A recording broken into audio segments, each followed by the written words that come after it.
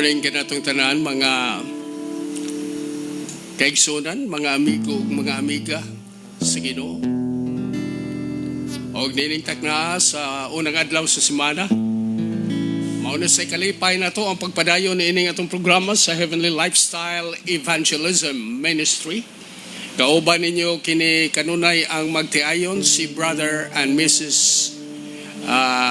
Nonoy Villaister. No? Og nagahatag kaninyo niining mga spiritual upliftment nga maoy mo padanag sa atong kinabuhi niining mga pagtulunan nga gikan ra gyud sa Biblia ug Espiritu Tagna. Og niining takna karon magahisgot ta bahin ining impending conflict nga nasulat sa libro nga Great Controversy ni Sister Ellen G. White. So mga kaigsunan, I would like to welcome every one of you. Ang atong mga suod nga kahigalaan, akong mga kabataan, among mga anak si Bam, si Melan, si Mel Anthony, kauban ni Lady, ni Baby Adriel, kauban ni Nikki, og si Prince Michael. No? Akong mga kaigagawan, atong mga sponsors, sila nga Brother Bobong sa Banal dinha sa Dapitan City, Sinang Marina o Sinong Romeo Tigmo dinha sa Sindangan, no? Atong mga kaigagawan o kapagumangkunan, you are welcome to our program. Ang ako lang imbitasyon nga bisan nagakalagyo ta pero pinaagi niini nga mensahe atong madunggan igsuon ang mga pahimangno sa Dios. Kay kitang tanan naghandom man ta niya ng langit nga gitagana ngadto lamang sa mga matinud-anon, malahutayon o matinumanon sa kasuguan sa Ginoo. No? Akong igsuon, mga igsuon, si Boy, si Harvey, Manang Jane, si Nang Wilma. No? So, good morning, regards sa among kinakusgang mama dinha sa Malay-Balay. Og sarili pa magsugod, muhangyo ko nga magampo ta mga higala. Ginoo nga mahigugmaon og dalaygon dalang panan nga Dios. Naka sa imong trono sa grasya.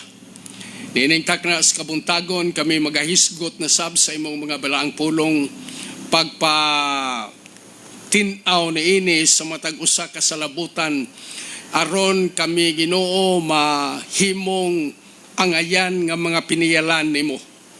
Nga samtang kami gahulat sa ikaduha nimong pagbalik, dili masayang ang matag oras sa among pagkinabuhi nga Kristohanon.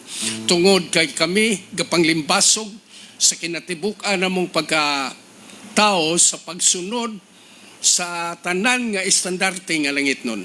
Busa palihog Ginoo, himuoy mo og sangkapi mi sa mga mensahe nga maoy mo dala na mo nianang event sa kinabuhi sa diin masilyuhan nimo ang imong mga katawhan o dayon mabubuan sa latter rain. Salamat niining tanan. Madawat namo sa ngalan ni Ginoong Hesus, among personal nga manluluwas. Amen.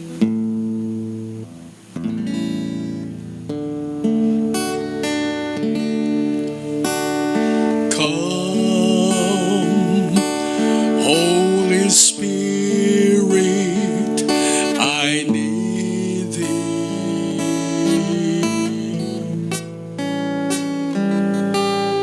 Come, sweet Spirit, I pray.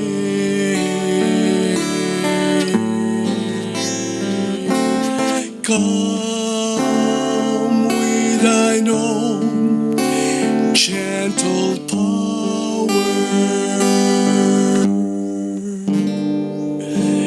come with thine own gentle way,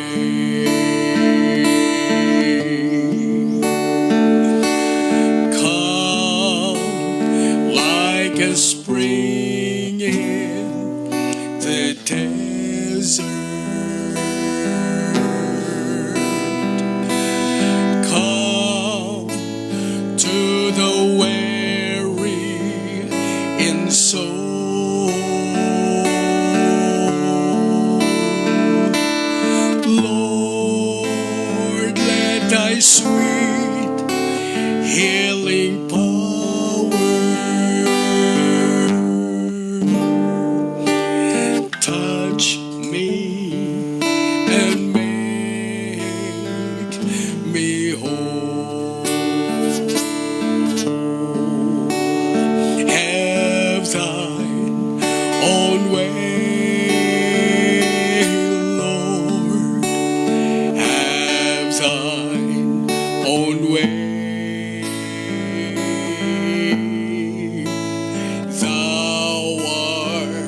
the potter,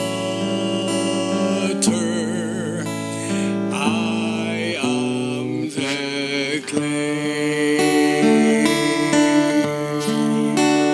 Mold me and make me after thy will,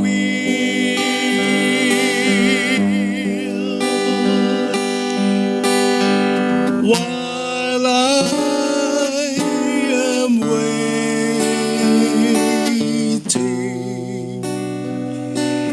yielded and still,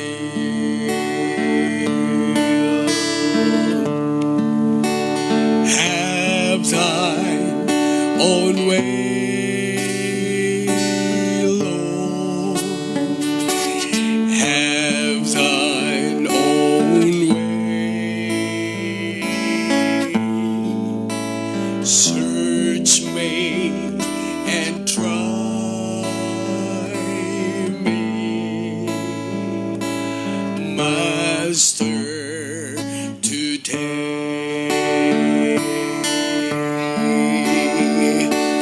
Whiter than snow, Lord, wash me just now,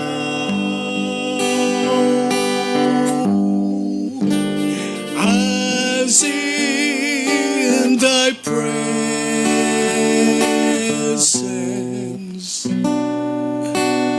humbly I bow.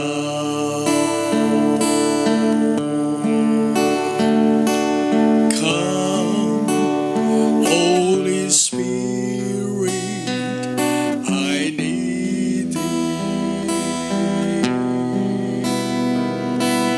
Come, sweet Spirit, I pray. Come with thy strength and thy power.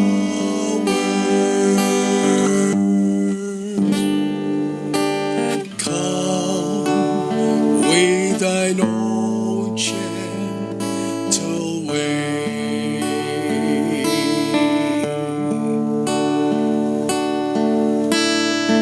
Come with thine own gentle way.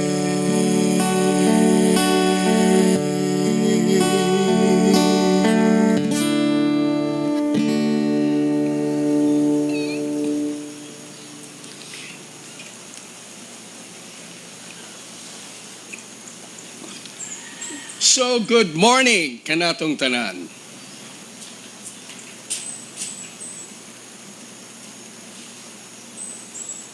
Niya na ta sa katapusang bulan igsoon ning tuig nga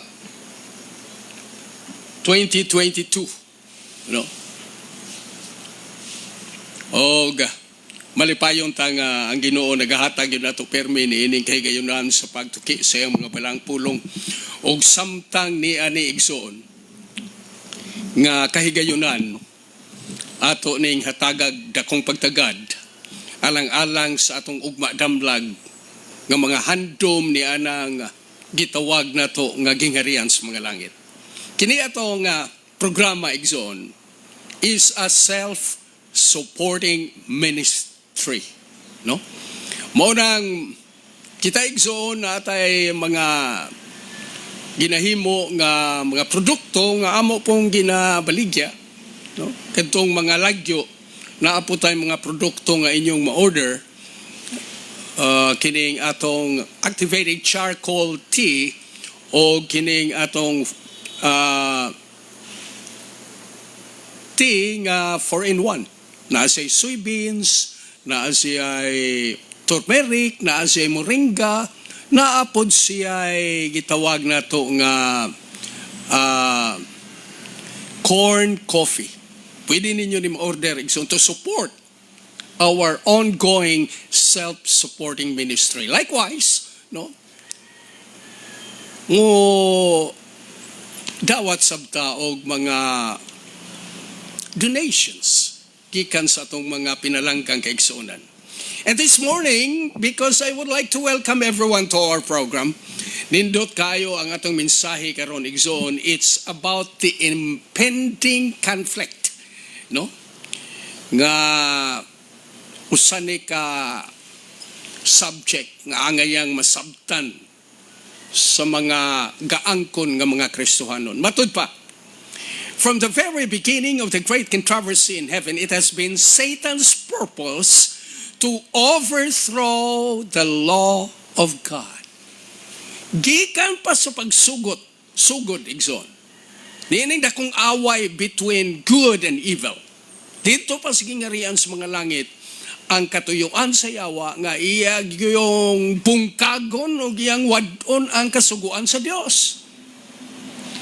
It was to accomplish this that he entered upon his rebellion against the Creator, and though he was cast out of heaven, he has continued the same warfare upon the earth to deceive men and thus lead them to transgress God's law is the object which he has steadfastly pursued. Grabe ang yawa igsoon. Panglimbasog yun siya. Maunang bisan sa ato ang pagpangalagad karon, dili na kinahanglan nga mosalom yun sa pagpakasala. Ang gusto sa yawa nga ma-defiled lang ta. Defilement. Gamay lang nga buling igsoon. Sa mga kasuguan sa Dios, gamay lang nga paghikling sa usa or duha ka kasuguan. Like idolatry, adultery. Gamay lang igsoon. Moagik-ik ng yawa because he is sure that kanang tawhana iyahan na. Whether this be accomplished by casting aside the law altogether or by rejecting one of its precepts, the result will be ultimately the same. Tiyaw ninyo na. Kaya mo bang iwadon ng tanang kasuguan sa Diyos? Mga pahimangno? Or, ingon niya, bisan lag, pag dumili lang sa usa ni ana, igsoon. Ang resulta maura gihapon nga nakasala ta sa atong labawong makagagahom. He that offends in one point, asa man ni mabasa, manifests contempt for the whole law. His influence and example are on the side of transgression. He becomes guilty of all. Mabasa nato na sa James chapter 2 verse 10. Igsoon.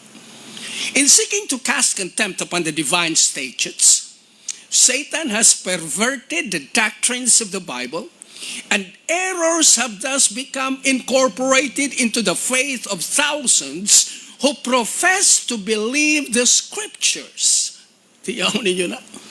Muna kinahanglan na ito, igsoon, di ta magsalig sa atong pagpaninguha nga masabta nato ang mga hanay sa kasuguan sa Dios. Di ta magsalig sa atong mga ministro, sa mga bishop, sa mga pares, mga elders. No! We have to study it by our own selves. Ingon pa niya, the last great conflict between truth and error is but the final struggle of the long-standing controversy concerning the law of God. Upon this battle, we are now entering a battle between the laws of men and the precepts of Jehovah, between the religion of the Bible and the religion of fable and tradition. Munang usa sa akong mga higala, igsoon, akong gipangutana, kamusta man? Naamang yun mo diha sa Amerika, kamusta man ang obserbar nimo sa dagan sa panahon? Maora ba gihapon? Kay og maora gihapon, so wala gakatuman ang tagna, igsoon. The agencies which will unite against truth and righteousness in this contest are now actively at work. God's holy word, which has been handed down to us at such a cost of suffering and blood, is but little valued. Wala na to ginahatagag bili or gihatagag bili gamay ra kaayo. Ang pagsakripisyo ni Ginoong Hesus, alang-alang ni mo og nako dito sa Kalbaryo sa cross, aron lang yun masabta nato ang kamatuoran higala. The Bible is within the reach of all. Diba? But there are few who really accept it as the guide of life. Infidelity prevails to an alarming extent, not in the world merely, but in the church. Grabe, igsoon. Kanidili bitaw ta matinud-anon sa atong pagpangalagan sa Ginoo. Maunay gadagsa karon sa mga kasimbahanan. Magpakaaron ingnon lang ba? We are masking ourselves with another identity. Igsoon. Many have come to deny doctrines which are the very pillars of the Christian faith. The great facts of creation, as presented by the inspired writers, the fall of man, the atonement, and the perpetuity of the law of God are practically rejected, either wholly or in part, by a large share of the professedly Christian world. Klaro ka, igsoon. Dili yun nato na ma-deny, igsoon. Nga kadaghanan nato nagpakaroon ingnon lang. Nagaangkon nga mga sumusunod sa Dios. Klaro kayo. Otherwise, kung dili ni matinuod, so dili ta kinahanglan ini nga mga tagna. So ang problema diha, mao ang pagpangutana sa itong kaugalingon kung biktima ba tayo ini. Thousands who pride themselves upon their wisdom and independence regard it as an evidence of weakness to place implicit confidence in the Bible. Nagkakahitabo na ron. Di mo tuo sa spirit of prophecy. Ang Biblia tuis-tuison tungod kay bright kayo si ako. Mga pinalangga kong higala. Ato ning klarohon atong baruganan ba? No? Kay naabitaw ko'y mga kaila igsoon nga kaniadto ba? Grabe, memorize halos ang spirit of prophecy.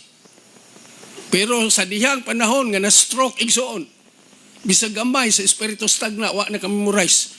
Mga inspired writings sa Bible nga mga memory verses na limtan igsoon.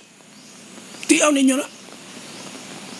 Magpakaroon ingnon nga mas powerful patas Ginoo ba?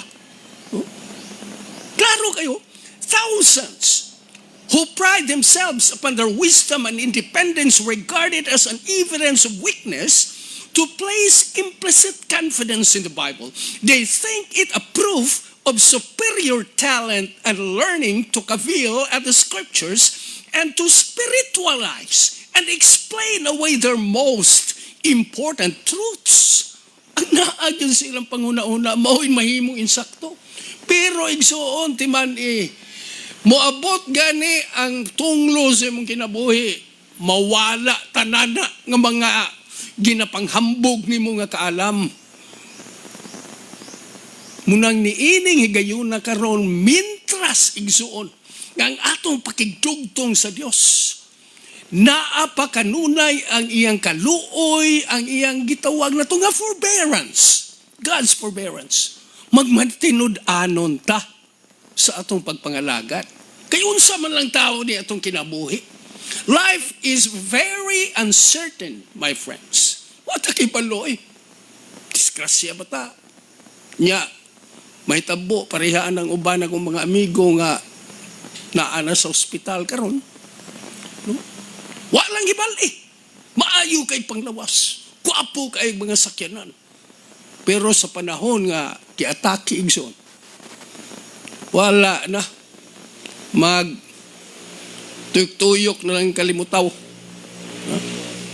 Maunay akong gusto nga ipaabot po sa inyo, ha? Nga dili nyo ta ngayon pinahambog, labi na kung mo-involve na gani sa mga sagradong mensahe igsoon sa sama ini.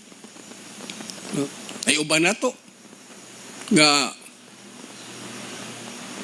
makabautismo daghan, daw si kinsa na.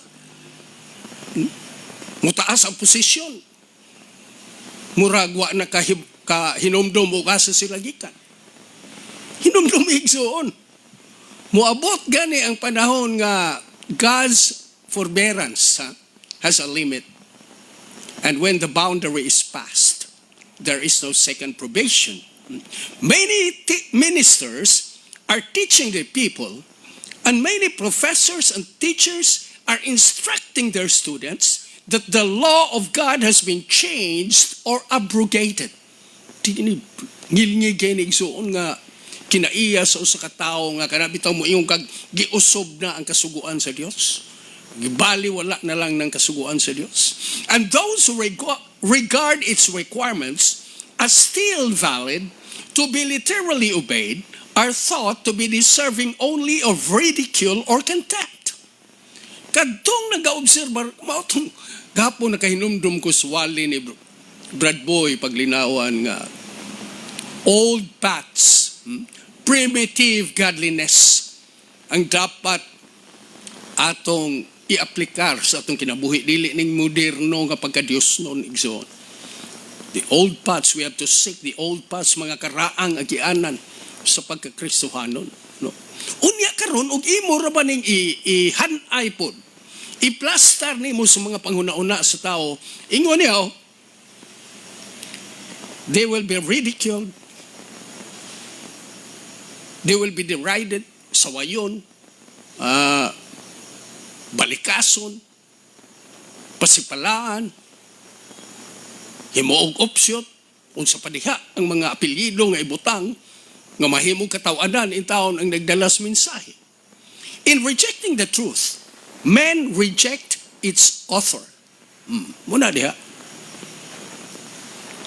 Ako nga gadalain ninyo igsoon, og dili ninyo ni patalinghugan or paminawan og tumanon, dili ako mo'y inyong gidumilian.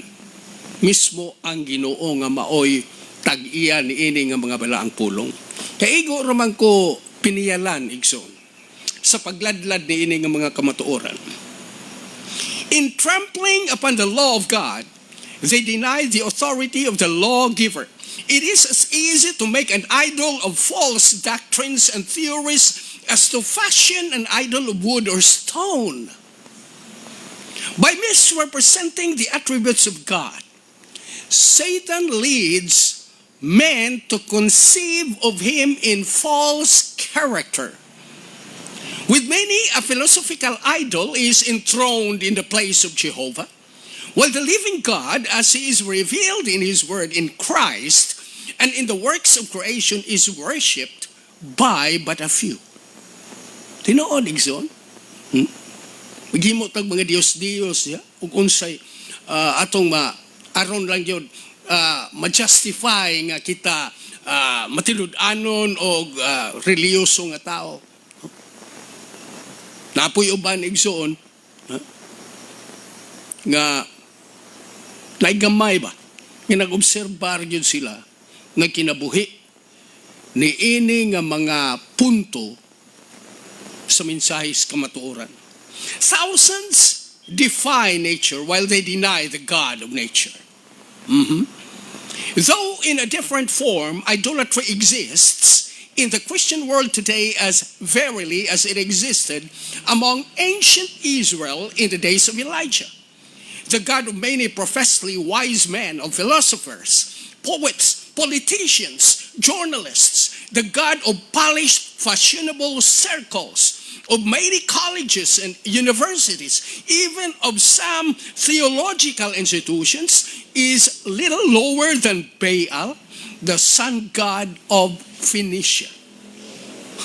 Maunay ginahatagan o bili or dakong pagtagad ng mga Baal igsoon. No error accepted by the Christian world strikes more boldly against the authority of heaven. None is more directly opposed to the dictates of reason. None is more pernicious in its results than the modern doctrine so rapidly gaining ground that God's law is no longer binding upon man. Tiyaw ninyo na exhort. 1,000 years of peace and prosperity.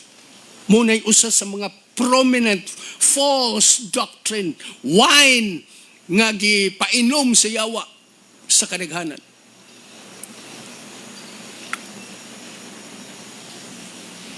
Every nation has its laws, which command respect and obedience. No government could exist without these laws. And can it be conceived that the creator of the heavens and the earth has no law to govern the beings he has made? Pwede ba igsoon? May tabo ba sa usa ka bisag barangay nga walay kasuguan? Walay balaod? How much more ang Ginoo igsoon? Unya atong ingnon nga giusab na. Tungod lang kay aron ma-justify ta sa atong kaugalingon. Suppose that prominent ministers were publicly to teach that the statutes which govern their land and protect the rights of its citizens were not obligatory, that they restricted the liberties of the people and therefore ought not to be obeyed. How long would such men be tolerated in the pulpit? But is it a graver offense to disregard the laws of states and nations than to trample upon those divine precepts which are the foundation of all government? Pangutan ay inyong kaugalingon, igsoon. It would be far more consistent for nations to abolish their statutes and permit the people to do as they please than for the ruler of the universe to annul his law and leave the world without a standard to condemn the guilty or justify the obedient. Pastilang klaro, ano? Would we know the result of making void the law of God? The experiment has been tried. Terrible were the scenes enacted in France when atheism became the controlling power. It was then demonstrated to the world that to throw off the restraints which God has imposed is to accept the rule of the cruelest of tyrants. When the standard of righteousness is set aside, my friends, when the standard of righteousness is set aside, the way is open for the prince of evil to establish his power in the earth. Huh? Wherever the divine precepts are rejected, sin ceases to appear sinful or righteousness desirable. Kung asa kuno tong mga langit nun nga mga pahimangno og mga kasuguan, gidumilian igsoon. Ang sala, dili na nimo mailhan og unsa ang pagkamakasasala o ang pagkamatarong igsoon. Di nakakaila. Those who refuse to submit to the government of God are wholly unfitted to govern themselves. Paminaw igsoon, oy. Nga og ikaw og ako igsoon. Kung ato ganing idumili ang pagsubmiter sa atong kaugalingon sa gobyerno sa Dios, wa jud tay angay maghimog pang gobyerno sa atong kaugalingon. Magdala og mga pundok sa katawhan, no. Through their pernicious teachings, the spirit of insubordination is implanted in the hearts of children and youth who are naturally impatient of control, and a lawless, licentious state of society result. While scoffing at the credulity of those who obey the requirements of God, the multitudes eagerly accept the delusions of Satan. They give the rein to lust and practice the sins which have called down judgments upon the heathen. Those who teach the people to regard lightly the commandments of God, so mag-ani o disobedience to reap disobedience. Magtanom sila og disobedience, mag-ani pud sila og disobedience. Let the restraint imposed by the divine law be wholly cast aside, and human laws would soon be disregarded. Because God forbids dishonest practices, coveting, lying, and defrauding, men are ready to trample upon his statutes as a hindrance to their worldly prosperity. But the results of banishing these precepts would be such as they do not anticipate. If the law were not binding, why should any fear to transgress? Property would no longer be safe. Men would obtain their neighbors' possessions by violence, and the strongest would become richest. Sabta na to igsoon. Kung way balaod. Life itself would not be respected. The marriage vow would no longer stand as a sacred bulwark to protect the family. He who had the power would, if he desired, take his neighbor's wife by violence. Tinuod eh, ugwa na ibalaw. The fifth commandment would be set aside with the fourth. Children would not shrink from taking the life of their parents if by so doing they could obtain the desire of their corrupt hearts. The civilized world would become a horde of robbers and assassins, and peace, rest, and happiness would be banished from the earth. Already, the doctrine that men are released from obedience to God's requirements has weakened the force of moral obligation and opened the floodgates of iniquity upon the world. Lawlessness, dissipation, and corruption are sweeping in upon us like an overwhelming tide, my friends. In the family, Satan is at work. His banner waves even in professedly Christian households. There is envy, evil surmising, hypocrisy, estrangement, emulation, strife, betrayal of sacred trusts, indulgence of lust. The whole system of religious principles and doctrines, which should form the foundation and framework of social life, seems to be a tottering mass, ready to fall to ruin. The vilest of criminals, when thrown into prison for their offenses, are often made the recipients of gifts and attentions as if they had attained an inviolable distinction. Grabe, no? Ato maning ma-obserbaran karon. Bisan mismo dinhi sa atong nasod. Great publicity is given to their character and crimes. The press publishes the revolting details of vice, thus initiating others into the practice of fraud, robbery, and murder, and Satan exults in the success of his hellish schemes. The infatuation of vice, the wanton taking of life, the terrible increase of intemperance and iniquity of every order and degree should arouse all who fear God to inquire what can be done to stay the tide of evil. Courts of justice are corrupt.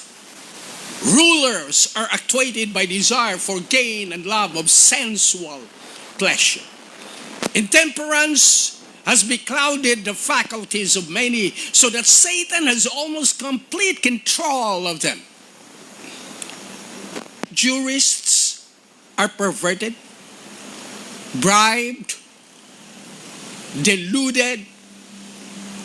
Drunkenness and revelry, passion, envy, dishonesty of every sort are represented among those who administer the laws. Justice standeth afar off, for truth is fallen in the street, and equity cannot enter. In Isaiah chapter 59, verse 14. The iniquity and spiritual darkness that prevailed under the supremacy of Rome were the inevitable result of her suppression of the scriptures. But where is to be found the cause of the widespread infidelity, the rejection of the law of God, and the consequent corruption under the full blaze of gospel light in an age of religious freedom?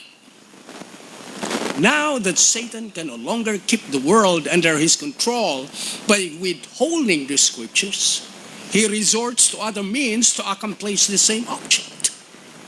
To destroy faith in the Bible serves his purpose as well as to destroy the Bible itself. By introducing the belief that God's law is not binding, he as effectually leads men to transgress as if they were wholly ignorant of its precepts. Mao na naidula yun siya wa igsoon. Tungod sa mga attraction nga iyang ginahatag karon sa kalibutan, mga gadgets igsoon, dili na taganahan mo pakli sa atong mga Biblia igsoon. Mubasa sa mga langit nung pahimangno. And now, as in former ages, Satan has worked through the church to further his designs. Tiyaw ninyo na, kaniadto pa na nga uso sa yawa, nga bisan sa iglesia igsoon, walay exempted ani. Iya ko no, he has worked through the church to further his designs.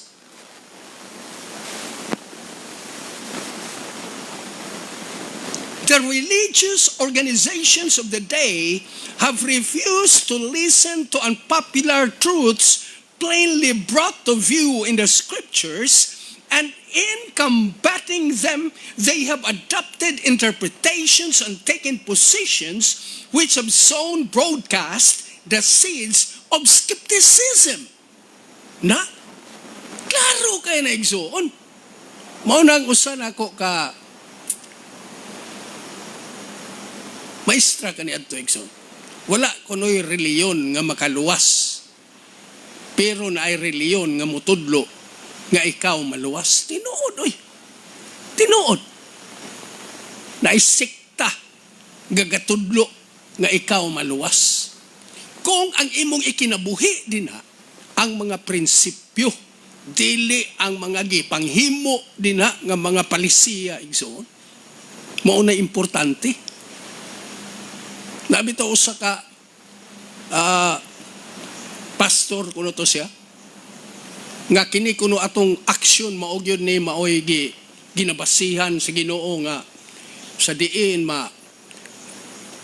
sabtan taniya nga matinud-anon tayo ko dili ang motibo anang imong aksyon ug unsa imong motibo atubangan sa Dios dayag na. Clinging to the papal error of natural immortality and man's consciousness in death, they have rejected the only defense against the delusions of spiritualism. Riha bitaw ng uban igsoon, makalingaw ning magbasa ta sa Facebook bitaw.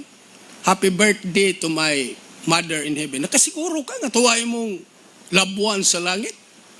Nga bisan gani silang Haring David, ang mga nangamatay, nga mga patriarka, naar mga ganito sa ilang lubnganan, nangahimo ng mga ganitong aburon. Unya mo ingon na noong ka og tuwa sa langit. Og mauna, magpakamatay na lang ko, kay diretso naman day kog langit. Naar ko na nga mga delusion or mga pasabot sa yawa, aron lang yung malayo ba sa mga kamatuuran nga nahanay sa Biblia o sa Espiritu Santo. The doctrine of eternal torment has led many to disbelieve the Bible, and as the claims of the fourth commandment are urged upon the people, it is found that the observance of the seventh-day Sabbath is enjoined, and as the only way to free themselves from a duty which they are unwilling to perform, many popular teachers declare that the law of God is no longer binding, my friends. Kanig yung adlaw ipapahulay kay mao manggod ni igsoon ang point of controversy. Worship. Igsoon. Thus, they cast away the law and the Sabbath together. As the work of Sabbath reform extends, this rejection of the divine law to avoid the claims of the fourth commandment will become well-nigh universal. Nga naman, mauman ni programa karon. Nakapackage pa ni din as climate change kabahin ining worship. Nga instead, seventh-day Sabbath ang imong i-worship kay maunay memorial of God's creation. Pulihan man yun.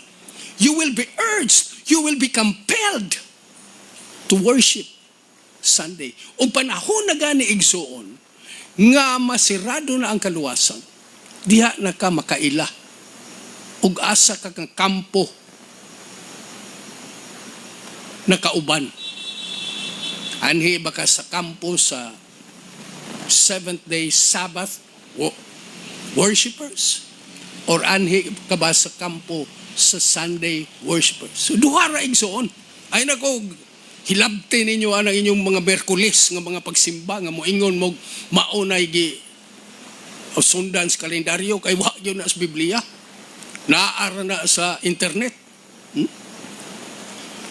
Yet this very class put forth the claim that the fast spreading corruption is largely attributable to the desecration of the so-called Christian Sabbath, and that the enforcement of Sunday observance would greatly improve the morals of society. Grabe, no? This claim is especially urged in America, where the doctrine of the true Sabbath has been most widely preached. Here, the temperance work, one of the most prominent and important of moral reform, is often combined with the Sunday movement, and the advocates of the latter represent themselves as laboring to promote the highest interest of society. And those who refuse to unite with them are denounced as the enemies of temperance and reform. Mahitabo mo na igsoon. Musugot ang sadili. But the fact that a movement to establish error is connected with a work which is in itself good is not an argument in favor of the error. We may disguise poison by mingling it with wholesome food, but we do not change its nature. On the contrary, it is rendered more dangerous, as it is more likely to be taken unawares. It is one of Satan's devices to combine with falsehood just enough truth to give it plausibility. The leaders of the Sunday movement may advocate reforms which the people need, principles which are in harmony with the Bible. Oh, ang health reform karon gina-promote na biya. Huh? Pero kadaghanan na to, mas maayo pa tong dili wala gaangkon nga mga professed Christians kay nag-apply na sila, nag-adapt na sila health reform. Ang uban na to sige lang gihapon panaway. Kabahin anak nga pagreforma. Unsa ingon niya igsoon? The leaders of the Sunday movement may advocate reforms. Tinuod na, which the people need. Principles which are in harmony with the Bible. Yet while there is with this a requirement which is contrary to God's law, His servants cannot unite with them. Nothing can justify them in setting aside the commandments of God for the precepts of men. Through the two great errors, the immortality of the soul and Sunday sacredness, Satan will bring the people under his deceptions. Unay klaro pag-istorya igsoon. While the former lays the foundation of spiritualism, the latter creates a bond of sympathy with Rome. The Protestants of the United States will be foremost in stretching their hands across the gulf to grasp the hand of spiritualism. They will reach over the abyss to clasp hands with the Roman power, and under the influence of this threefold union, this country, America, will follow in the steps of Rome in trampling on the rights of conscience. Bali, no? Klaro kayo so. Ug unsa ni ka-accurate mahibal-an na nato ni sa gadagan nga panahon karon. As spiritualism more closely imitates the nominal Christianity of the day, it has greater power to deceive and ensnare. Satan himself is converted after the modern order of things. He will appear in the character of an angel of light.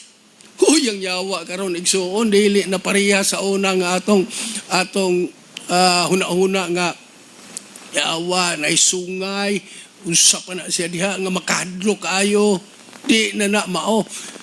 Unsa ingo diha He will appear in the character of an angel of light.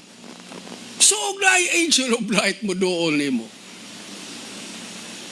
Mo dumili ka pa ka? Gwapong tao, nindot, musulti, mupasabot. Naog wala kay tinun-an igsoon. O sa may mahitabo sa imong pagpangalagad sa Ginoo. Through the agency of spiritualism, miracles will be wrought. The sick will be healed and many undeniable wonders will be performed. Na? Tiyaw ninyo na? Kau nga nagbalatian, ayuhon pa. Giayo day ka sa yawa. Ang uban mo, giayo yung ko si Ginoo kag hibalo oy. Yawa ba Ginoo kay hasta ang yawa he will appear in the character of an angel of light. Unya mga milagro yang himuon nga ayuhon gani niya ang mga nagkabalatian. Many undeniable wonders will be performed. And as the spirits will profess faith in the Bible and manifest respect for the institutions of the church, their work will be accepted as a manifestation of divine power.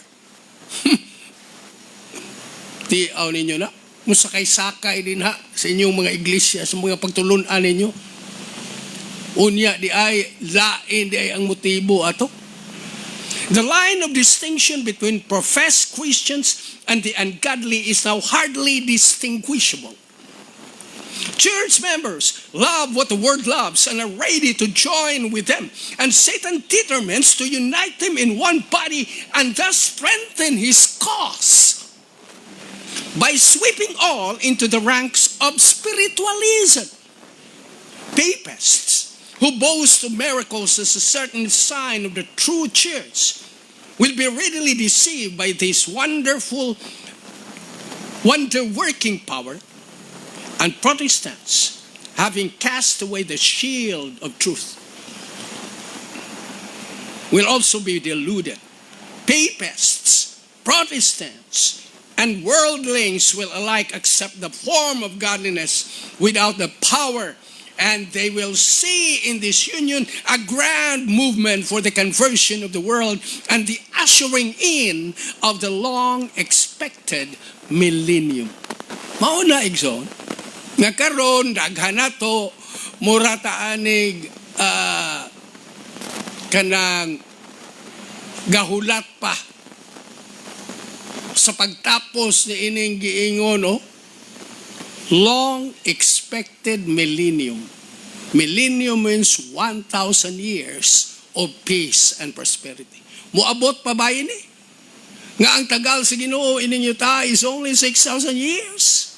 Ug magbasa ato nang mabasahan rin so. Through spiritualism, Satan appears as a benefactor of the race, healing the diseases of the people and professing to present a new and more exalted system of religious faith. But at the same time, he works as a destroyer. His temptations are leading multitudes to ruin. Intemperance dethrones reason, sensual indulgence, strife and bloodshed follow. Satan delights in war. Satan delights in war, for it excites the worst passions of the soul and then sweeps into eternity its victims steeped in vice and blood. Muna'y gusto siya, wa magsigig pinatsanay igsoon.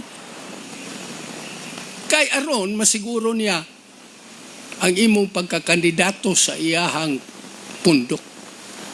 It is Satan's object to incite the nations to war against one another, for he can thus divert the minds of the people from the work of preparation to stand in the day of God.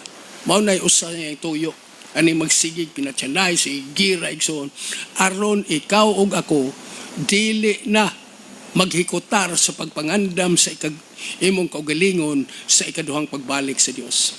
Satan works through the elements also to garner his harvest of unprepared souls.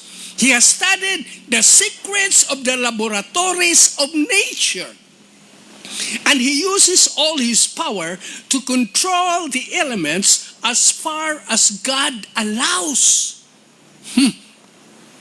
When he was suffered to afflict Job, how quickly flocks and herds, servants, houses, children were swept away, one trouble succeeding another as in a moment. Diya nga gitugutan siya sa Ginoo nga iyang sakiton si Job. Unsay nahitabo? Hurot na rin siya. Maurasab na sa atong kahimtang karon. Sa itugot sa Ginoo sa Yawa, maog yun na mga pangitabo nga mudangat igsoon. It is God that shields his creatures and hedges them in from the power of the destroyer.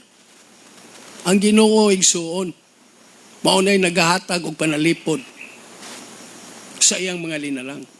Kung di pagani niya itugot, di yun na mahitabo. Unang ako, I don't think World War III will happen. Dili. Puro ra ni mga hungihong atong madunggan. There will be wars and rumors of wars. Pero ang Ginoo, God is in control, my friends. But the Christian world have shown contempt for the law of Jehovah, and the Lord will do just what he has declared that he would. He will withdraw his blessings from the earth and remove his protecting care from those who are rebelling against his law and teaching and forcing others to do the same. Maunay dako kayo nga problema igsoon. Ngadto sa mga sige lang hunahuna sa pagkadautan, igsoon, i-withdraw ang protection sa Ginoo. Satan then will have control of all whom God does not especially guard. He will favor and prosper some in order to further his own designs, and he will bring trouble upon others and lead men to believe that it is God who is afflicting them. While appearing to the children of men as a great physician who can heal all their maladies, he will bring disease and disaster until populous cities are reduced to ruin and desolation. Even now, he is at work. Grabe ka, no? Binuang siyawa. In accidents and calamities by sea and by land, in great conflagrations, in fierce tornadoes and terrific hailstorms, in tempests, floods, cyclones, tidal waves, and earthquakes in every place and in 1,000 forms. Satan is exercising his power, my friends. He sweeps away the ripening harvest, and famine and distress follow. He imparts to the air a deadly taint, and thousands perish by the pestilence. These visitations are to become more and more frequent and disastrous. Destruction will be upon both man and beast. The earth mourneth and fadeth away, the haughty people do languish. The earth also is defiled under the inhabitants thereof, because they have transgressed the laws, changed the ordinance, broken the everlasting covenant. You can read that from Isaiah chapter 24, verses 4 and 5. And then the great deceiver will persuade men that those who serve God are causing these evils. The class that have provoked the displeasure of heaven will charge all their troubles upon those whose obedience to God's commandments is a perpetual reproof to transgressors. Pasanginlan si Brother Nonoy nga maoy nagdala ni ining mga nagkalain-laing kalamidad kay dili mo simba sa adlawng Domingo, maunay mahitabo igsoon. It will be declared that men are offending God by the violation of the Sunday Sabbath. That this sin has brought calamities which will not cease until Sunday observance shall be strictly enforced. And that those who present the claims of the fourth commandment, thus destroying reverence for Sunday, are troublers of the people, preventing the restoration to divine favor and temporal prosperity.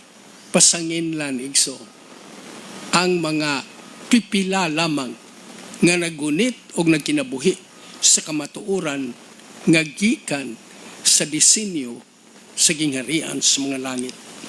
Thus, the accusation urged of old against the servant of God will be repeated, and upon grounds equally well established. And it came to pass, when Ahab saw Elijah, that Ahab said unto him, Art thou he that troubleth Israel? Itong istorya ni Elijah o ni Ahab, igsoon. Si Elijah mo'y gipasanginlan nga maoy nagsamok-samok sa Israel. But thou and thy father's house, in that ye have forsaken the commandments of the Lord, and thou hast followed Baalim, in 1 Kings chapter 18, verses 17 and 18. As the wrath of the people shall be excited by false charges, they will pursue a course toward God's ambassadors very similar to that which apostate Israel pursued toward Elijah. Na? The miracle-working power manifested through spiritualism will exert its influence against those who choose to obey God rather than men. Communications from the spirits will declare that God has sent them to convince the rejectors of Sunday of their error, affirming that the laws of the land should be obeyed as the law of God. They will lament the great wickedness in the world and second the testimony of religious teachers that the degraded state of morals is caused by the desecration of Sunday. Great will be the indignation excited against all who refuse to accept their testimony. Mao nang naay persecution igsoon. Kinsa may persecuton? Kadtong dili gyud mutahod ni ining balaod sa yawa Sunday sacredness. Kay ang sa Ginoo igsoon, seventh-day Sabbath yun. Satan's policy in his final conflict with God's people is the same that he employed in the opening of the great controversy in heaven. He professed to be seeking to promote the stability of the divine government while secretly bending every effort to secure its overthrow. Munay sistema si Yahweh, igsoon. And the very work which he was thus endeavoring to accomplish, he charged upon the loyal angels. Grabe, igsoon. Maurasab na mahitabo karon. The same policy of deception has marked the history of the Roman Church. It has professed to act as the vicegerent of heaven while seeking to exalt itself above God and to change God's law. Under the rule of Rome, those who suffered death for their fidelity to the gospel were denounced as evildoers. They were declared to be in league with Satan, and every possible means was employed to cover them with reproach, to cause them to appear in the eyes of the people and even to themselves as the vilest of criminals. So it will be now. While Satan seeks to destroy those who honor God's law, he will cause them to be accused as lawbreakers, as men who are dishonoring God and bringing judgments upon the world. God never forces the will or the conscience. Muna itong hinumduman, igso. Dili ka porsigihon sa Ginoo. You are given the freedom to choose. But Satan's constant resort, anyawa, is compulsion by cruelty.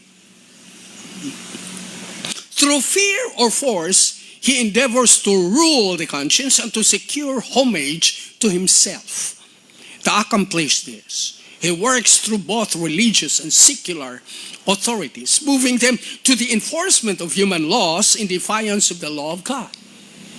Those who honor the Bible Sabbath will be denounced as enemies of law and order, as breaking down the moral restraints of society, causing anarchy and corruption, and calling down the judgments of God upon the earth.